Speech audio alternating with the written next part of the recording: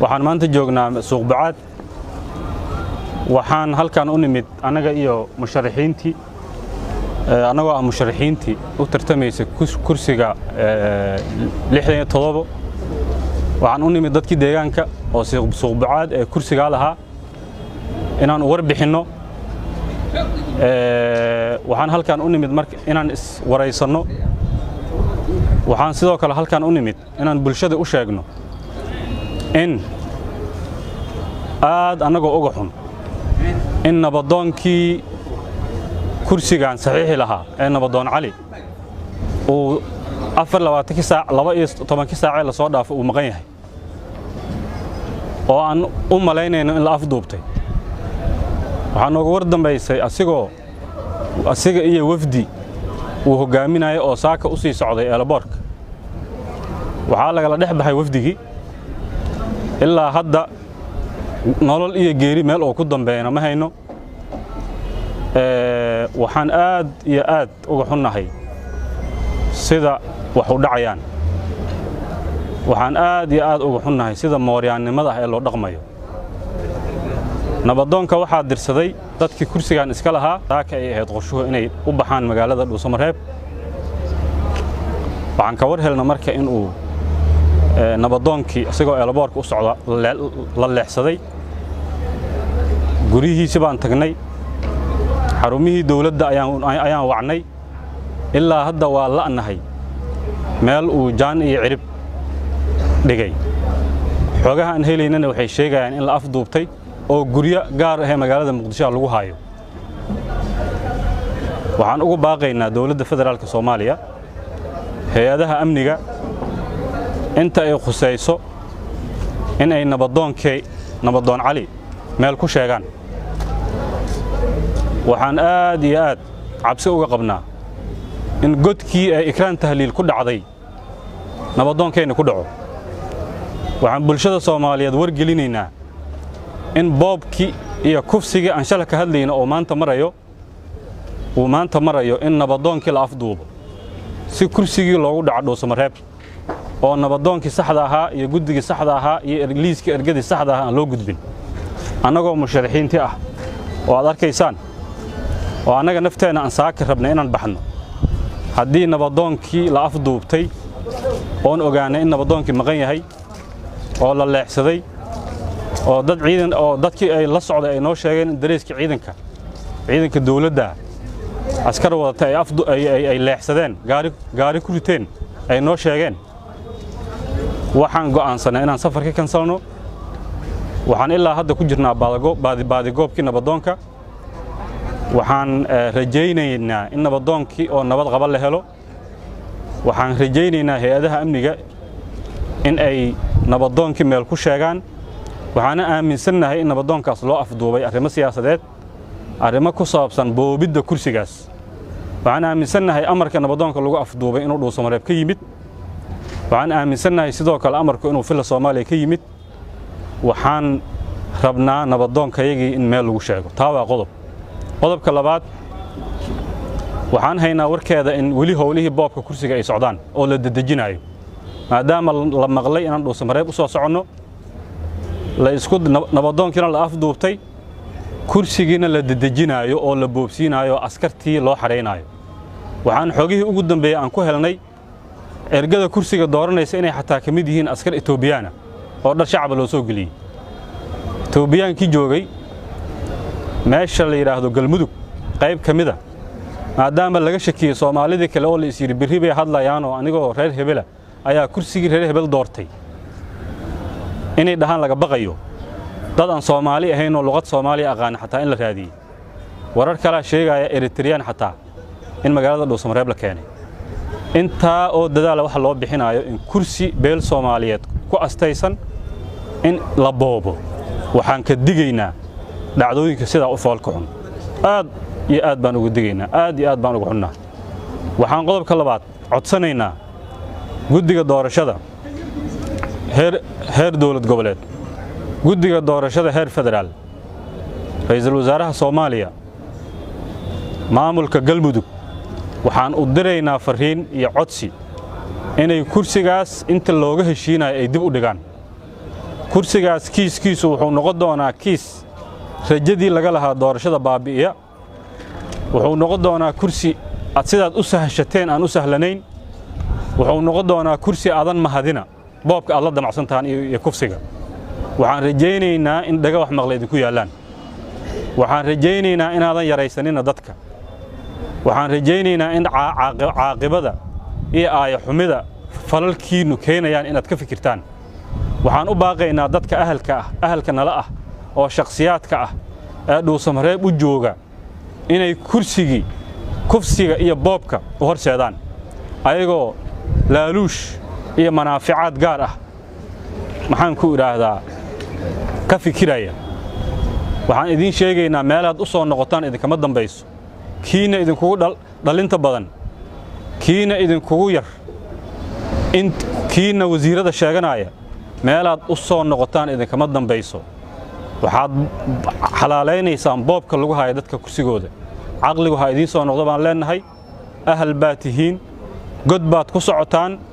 dhiiqa baad madaxa lagu halagelaysaan mana dhaqmi doontaan karaamadiinu ma dhaqmi doontaan waxaan ugu baaqaynaa ahalka heer suuqbacaad iyo reer ceeldheer iyo xaradheere iyo masagawaa iyo galcad ee kuraasta la boobi doono kursiga 67 u horeeya dadkaasoo inaysan idinku soo noqon inaysan ahalkiina ahayn ahalnimada inay ka tageen inay maxaan ku idhaahdaa wax xun oo taariikhda noo galaya oo boqolka sano soo socota har iyo bar madoobo nagu aalaysa inay maartaa idin horseedeen waan u digaynaa weli rajaad leedihiin ka soo noqda weli waxaad leedihiin rajaad leedihiin maalinka laakiin aad go'aansataan inaad dhiiqadaas gashaan ma dhaqmi doontaan ogaada waxaan rabaa hal qodob inaan ka hadlo ah nin geesi ah oo u diyaar garoobay inuu macnaha xildhibaan noqdo inuu wax boobo hadduu isku dayo waa fulay geesi ma aha geesigu waa kii bannaanka cad soo istaaga in la tartamo oggolaada raganimadiisa kartidiisa iyo dadnimadiisa wax ku qaata laakiin boob ninkii wax ku raba britana waxuu booba raba inuu xildhibaan ku noqdo aniga caqligaas sida uu ku shaqayn doono ma garan karo mana fahansanin waxaan rabaa hal qodob inaan ka hadlo sida igu maqaalo ah waxaa jira dhuusmareeb boqor cabdullaahi geedi shadoor oo ah oda Soomaaliyeed oo ka soo jeeda dhaqan 300 sano soo jiray taariikh weyn ku leh Soomaaliya dhexdeeda aadna looga yaqaan boqor cabdullaahi waxaan xasuustaa markay tartamayeen xildhibaan Cabdi Cali Gees iyo murashax Axmed Nuur Sheekh Yuusuf Guuleed inuu gurigiisa ugu tagno soo macsalaameeyeen aniga Axmed Nuur oo markaas murashax ah cadow la tartamayay wuxuu yiri ilmahaygiyo waxaan rabaa markaad tagtaan cadaado oo tartantaan kulli qofa laga guuleysanahay idinkoo nabad qaba oo sharfan oo ceebaysneen oo si walaalnimo ah u kala adkaaday inaad xamar ku soo noqotiin taladiisi waa yeelnay sharaftaas iyo quruxdaasna xamar ku soo laaban maanta boqor cabdullaahi geedi sare wuxuu dhex joogaa dhuusmareeb wuxuuna og yahay kursigan 67 inay leeyihiin marooyin wacaysle ayuu og yahay meeshii maanta boqorkii jooga wax hadii wax ku halaabaan mas'uuliyadeeda waxa qaadaya boqor cabdullaahi geedi sare waa dhaqan soo jireen ah 8 sano dhaqan ku soo jiray waa odageeni waa jecelnahay waa sharfan yahay waxaan rabnaa odanimada iyo karaamada iyo sharaftaan u haynay inuu doorkooda cayaaro oo wiilashiisa kuwa jooga xamar oo u diyaar garoobay inay tartamaan in loo ogolaado inay yimaadaan dhuusamareeb ay tartamaan haddii laga guuleystana walaalkood u hambaliyeeyaan haddii asaga laga guuleystana oo walaalhood kale u hambaliyeeyo sharaftu saasay tahay in wax la xooga lama rabo in la ismuqooni lama rabo boqor cabdullaahi yow nin sharaf lahaatay magac qiimo leh boqora ilaahay boqora ninkii walaalaho ehelkiisa iyo muxuu ahaa ergooyinkiisa shitaarta wax ka dhaadhacsada wax u sheega wax u ballan qaada yiraahdo wax waan idin qabanaa ninkaasay dooranayaan ninka ragga ah dadkiisa ha shitaarto waxna ha weydiisto laakiin afduuban wax ku qaadanaa adduunkana ka bajirto dimuqraadiyana ma aha yaani waxa la rabaa dadku waa ehel waa wada dhashay inaan cuqdi laga shaqeyn inay qalbigooda gasho inay taariikh aan ka go'in laabtooda oo xasidnimo abuuri karta oo colaad abuuri karta oo nacayb abuuri karta inaan laga shaqeynaa fiican qofka bini'aadamka waxa la rabaa inuu ka shaqeeyo oday Soomaaliyeed ta boqorow ka shaqeey wanaag iyo horumar iyo sharaf laakiin maanta inaad u taagnaato oo marxaati ka noqoto 67 kursiga ah oo marooyin leeyihiin in hal qofu loo xiro oo yira kaliya qaadana boqorow arrinkaas waa kaaga digaynaa waliba gaar ahaan waa kaaga digaa saaxiibkay tahay boqornimada dadkii waqtiga soo galshay oo muxuu ahaa ku soo garab istaagay oo juhdi badan ku geliyay oo meel kasta kala dhacaan ahaa boqornimadii lagu duubay noocaas ma ahayn waxaan ka codsanaynaa boqornimadii iyo sharafteedii iyo karaamadeedii iyo dadnimadeedii ilaa heer Soomaali waa mustawaagu inaad waceyslo iyo muxuu ahaa marooyin aad kala xallin weydo oo u kala cadaalad faldi weydo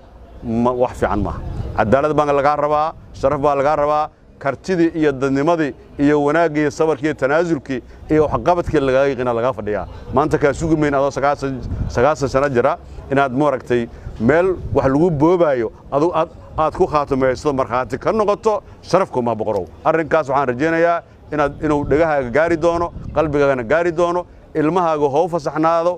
fasaxnaadaano inay tartamaan ninka tabartiisu reebto laga shitaaro badiyo laga karti badiyo asoo raalli oo qanca laakiin kii xataa laga reyn lahaa hadii la boobo wiliga ma qancayo marka hadal badan mar rabo inaan intaas ka badiyo marooyinow waxaan idinka sheegayaa culama u diinkeenni dhaqankeeni sharafta lahaayow waxa dhacay waa u jeedaan qof kasta mas'uuliyadda ka saaran in yaani ehelku wada jiro oo sharfanaado waxaan codsanaa inuu ka shaqeeyo waxa runtii nasiib darro ah meeshii laga hadli lahaa yaa kursigaas ku haboon yaa aqoon leh yaa Soomaaliya ka bixi kara dhibaatada haysata yaa abaarta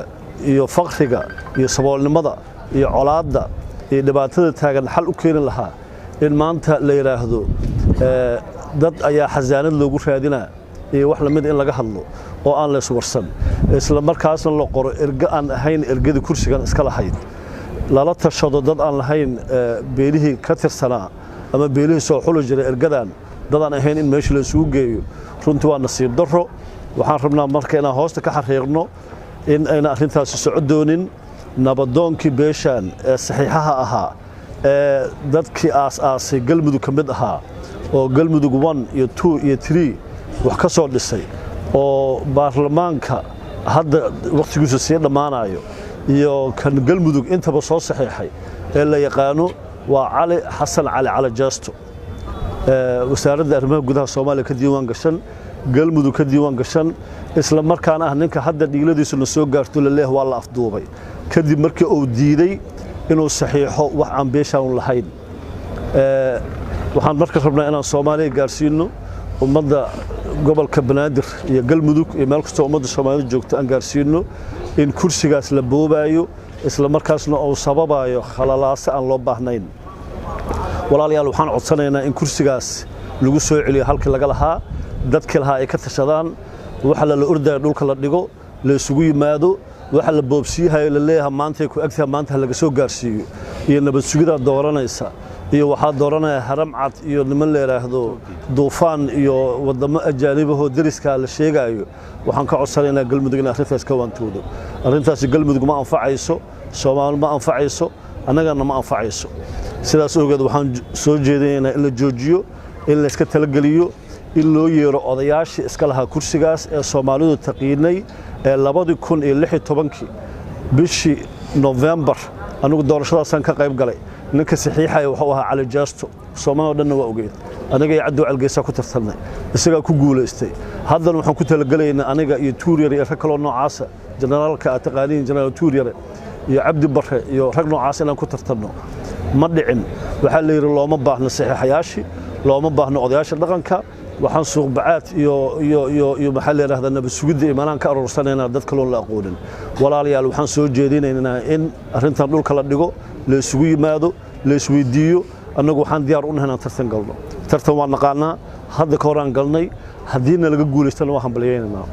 haddaan guuleystana waan noo hambalyeynaa laakiin wax la boobi karo ma jirto qof xoog wax looga qaadi karo ma jirto waxaan rabnaa si wada jira oo walaalnimo ah in loo tartamo wax lagu tashaday in garabka la saaro ee galmudug la geeyaan rabnaa ma ogiye walax afar nin la ordayso ama villa Soomaaliya laga soo qoray